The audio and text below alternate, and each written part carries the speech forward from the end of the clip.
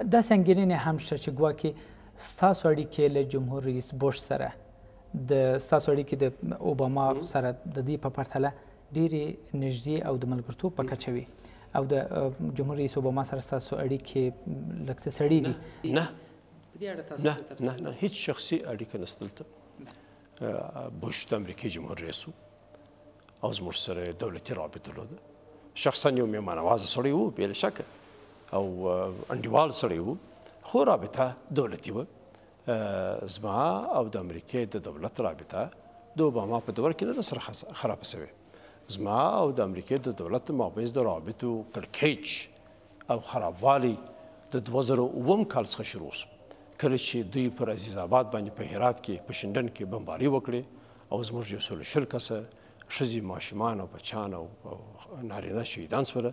هلته دا اختلاف پیدا شو او هلته دا اختلاف ډېر شدید شو. نو د دې رابطې د خرابېدو سلسله د اوباما د ادارې څخه نه بلکې تر هغه د مخه ادارې څخه شروع شوې ده.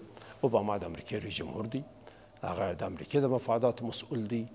زه د افغانستان رئیس جمهور یم، تر هغه ورځې پورې چې یم څو شپې نورم زما مسؤلیت د افغانستان د مفاداتو ساتل دي او په دې کې نه زه دی ملامتوم چې ولې د خپلې خاورې دفاع کوي او نه امیدوارم چې دوی ما ملامت کړي. دا زما وظیفه ده چې د افغانانو او د افغانستان د منفعت دفاع وکړم.